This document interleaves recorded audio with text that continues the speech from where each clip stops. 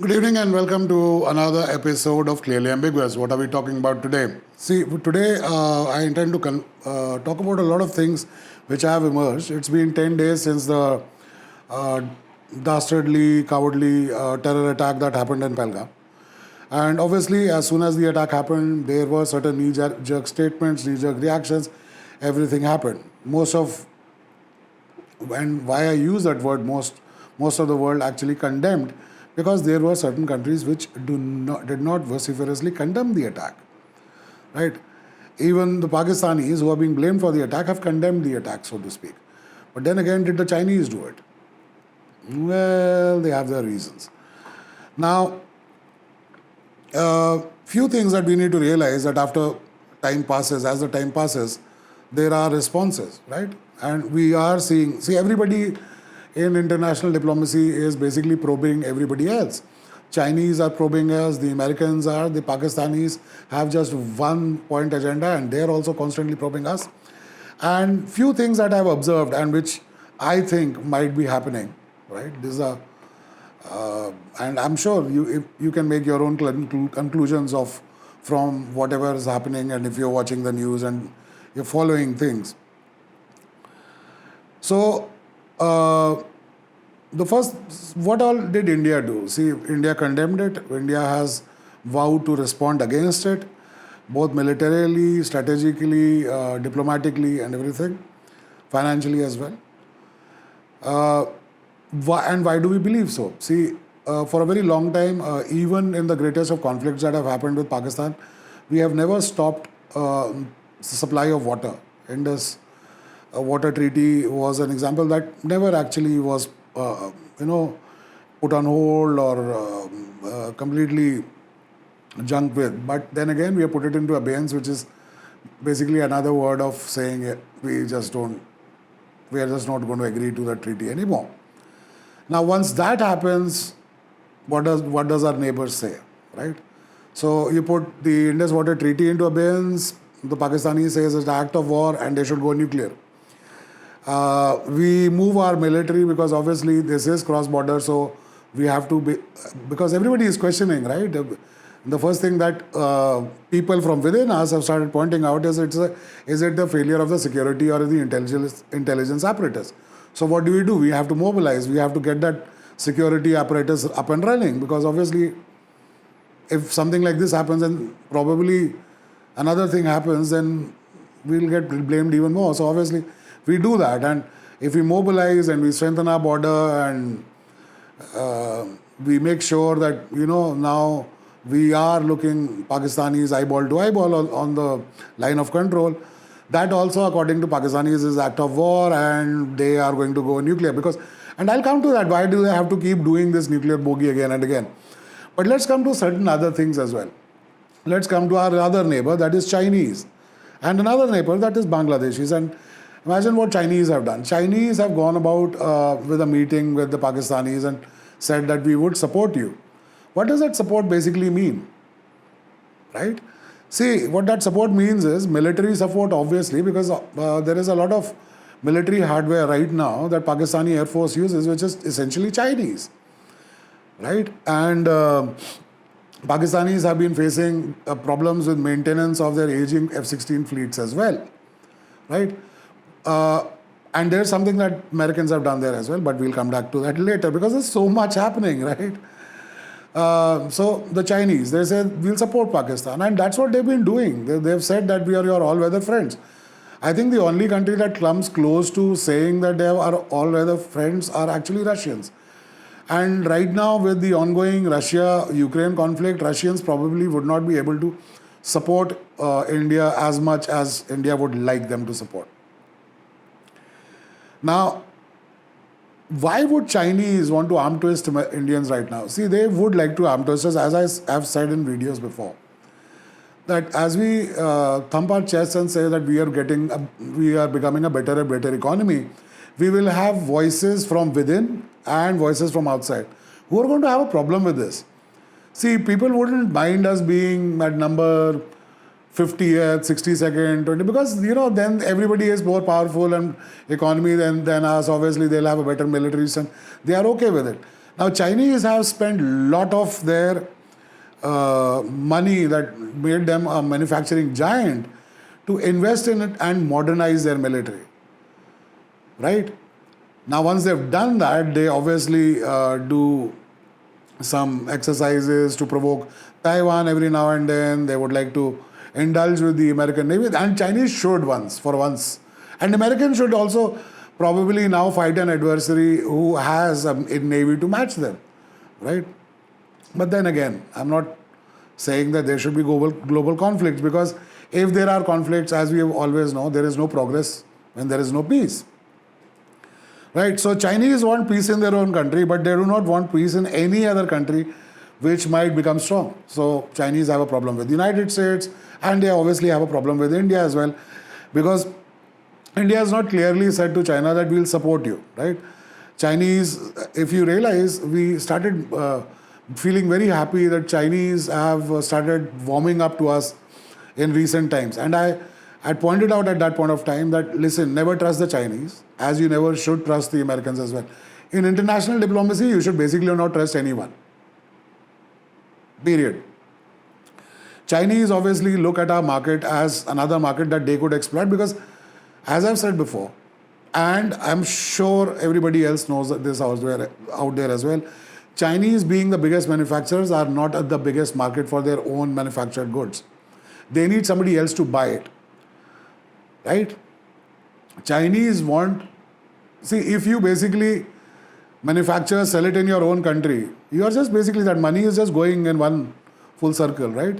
You want more money coming to you. So that is how your economy grows. So the more money will come to you if you make something, sell it to someone, and they give you their money.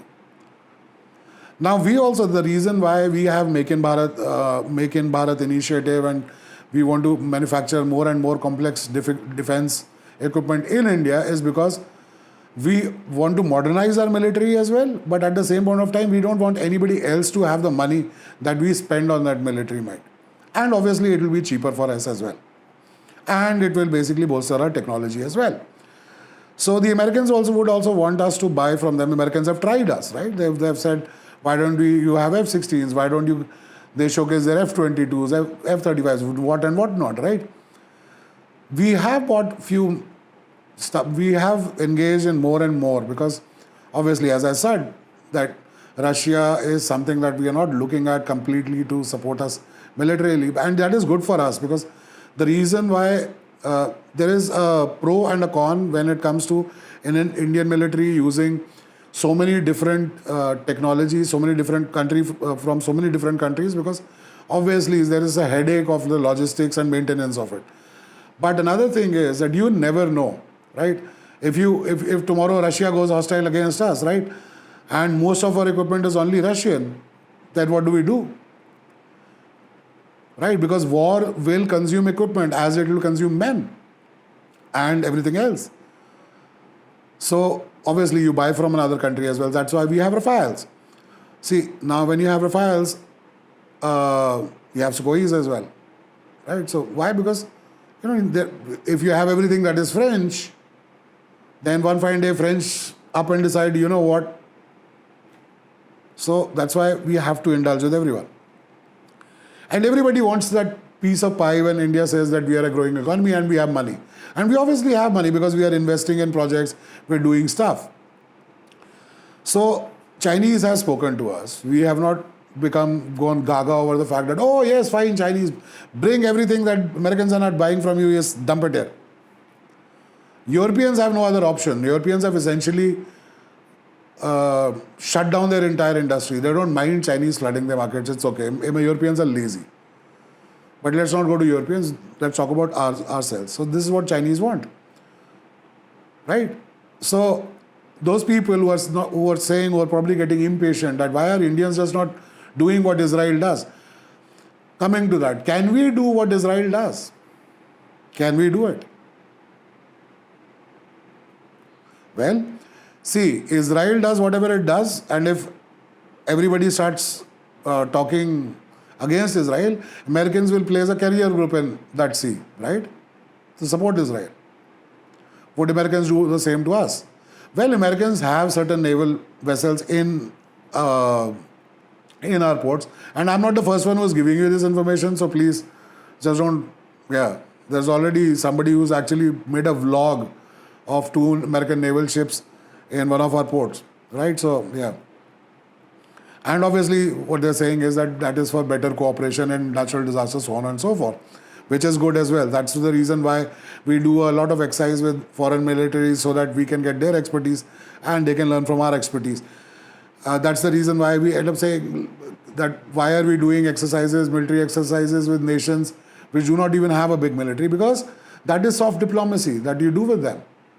When they interact with our military, our soldiers, and their soldiers to soldier contact happens, they realize how professional the Indian military is. And we want more friends, right? So everybody wants more friends, because you gain enemies without even asking for it. But friends, you have to make that effort to make friends. Enemies you can make. Like Pakistanis, they have one point agenda. That is India. India. They can't say India. They have to say India. I don't know why. Anyways. Now let's come to, as I've said, Chinese have their own thing, right? And while we are talking at neighbors, how can we forget our friends in Bangladesh? Somebody who is the present Bangladeshi boss's, Mr. Yunus's aide, has ended up saying they should probably walk into the Indian Northeast. And Bangladeshis should try doing that, because, Bangladeshis, I think this fallacy that exists that India cannot fight on two fronts, India has always been fighting on two fronts. Actually, we've been fighting on 2.5 fronts, as General Bipin Rawat said. 2 fronts to 2 different sides and 1 front within. And the front within has also become very active, if you see. Anyways, we'll not talk about that here today. But what are we talking about? We're talking about Chinese, Bangladeshis and Pakistanis. So, Bangladeshis think that they should probably walk into the Indian Northeast as well. Well, they can try. Bangladeshis are forgetting something. We are not Pakistan. If Pakistan's eastern border gets hot, they move their military from the west to the east. If their western border gets hot, they move their military from the east to west. It's not India. India is not moving anything from east to west. So, our defense installations in east are there. So, Bangladeshis, please. And Chinese as well. So, it's not that we are so stretched.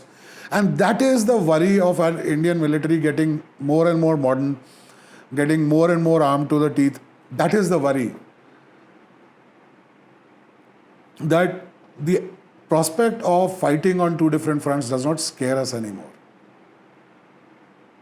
And that scares these guys. Now, let's come to the Americans. See, Americans want you to either buy from them or they would like to go to war with you. And in India's case, we are not doing neither. See, Americans who were condemning, and their Vice President J.D. Vance was in India while this happened, right? Ended up saying, condemning it and said India has a right to defend, are now saying that we should probably talk. What should we talk about and who should we talk about? Who should we talk to? See, the Chinese do not want to talk to Indians as equals. They want to talk down to us. The Pakistanis think they are superior anyways. Their chief of staff said, General Asif Munir has said that. They are a superior ideology, thought, whatever. If he is so superior, why don't we find him a different planet? Go settle there. You're a superior being. You are so evolved. Planet Earth is no longer for you, General Munir. You should probably... There was this news about, NASA finding a new Earth-like planet in some solar system. Let's send him there, NASA. Come on.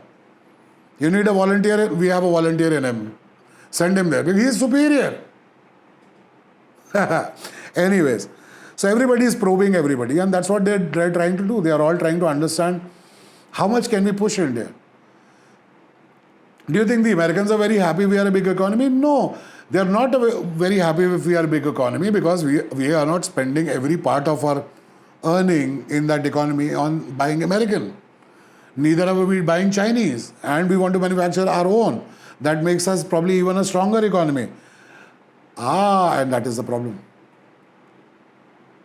So they want to push us. And we have people within who do not trust that we are a manufacturing giant anyways, although we manufacture so much. See? Let's come to now the Pakistan nuclear bogey. See, Pakistan knows. See, Pakistanis and Chinese know the way Indians are going. In some time, India will be so far ahead when it comes to, because the motivation of the Indian military is far more than the Chinese and the Pakistanis, because we have been on the receiving end of those engagements and we push them back, right? And what worries them the most is that probably India will shift its stance. And, we are going to shift our stance. We are already discussing the fact that when we had this nuclear deterrence, seems like Pakistanis do not consider this as a deterrence enough. So that's why we probably need to rethink our nuclear doctrine as well. And that's the reason why we probably either might go towards manufacturing, making more nuclear weapons to build our nuclear deterrence even more, or we will modernize our military to the fact that, no matter what they say, we have an answer. And we already have an answer to everything that these guys do. So that's the reason why they never say, our tanks will do this, our artilleries will do this. Their artillery also can, and they have to say this, Pakistanis and India have to say this, because India has established that we are a triad, so we can launch from air, we can launch nuclear weapons from air, sea and land. So yeah, so they have to also tell you that they have these tactical nukes that they can put in their artillery and just fire it across, and they have to do that. Now coming to Chinese, the Chinese know that if we go at the same pace, we are going to be a bigger economy at them. They are going to slow down. They're actually slowing down. There are plenty of reports. Please, there are some people who are doing fantastic work in exposing the Chinese meltdown and slowdown right now. They are stockpiling and nobody is buying from them right now. China's not liking it, is it? China doesn't like it. So yeah. So everybody who was thinking that, although everybody is condemned the attack, we have to realize that if we actually go to we escalate it to a level of a big conflict, we have to realize that we have to have our warlike stores as well, right? We have to realize that what their might is as well. They are mobilizing as well. And see, there are two things that Pakistan uses as a state policy. One is, nothing rallies the Pakistanis as much as warmongering against India. Even those most liberal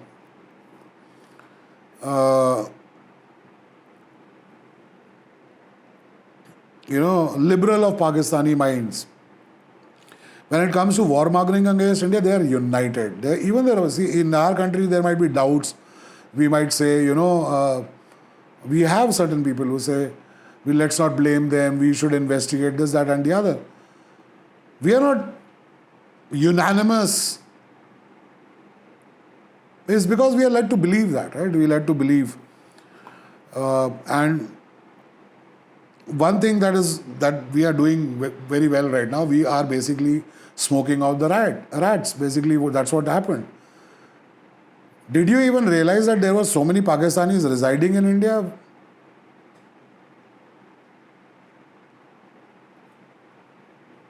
If after years and years they have not surrendered their citizenship and applied for citizenship of this country, that tells you where their loyalties lie.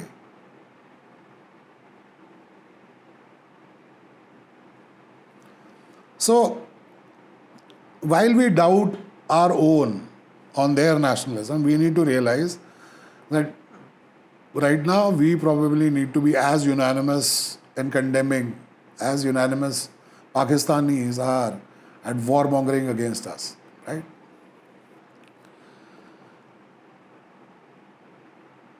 Their biggest dream is to inflict as much damage as they can to our nation state. Chinese want Ladakh, Chinese annex Tibet, right? Tibet was, mind you, people who keep forgetting this, Tibet was actually an independent country. That's why the Dalai Lama is in our country. That's the Tibetan government in exile, right? Pakistanis want Kashmir.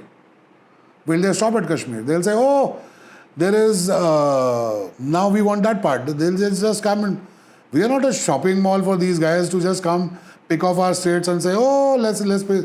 We like, Chinese like the Arunachal Pradesh, they were like, okay, now Arunachal Pradesh is part of, no, that doesn't work that way.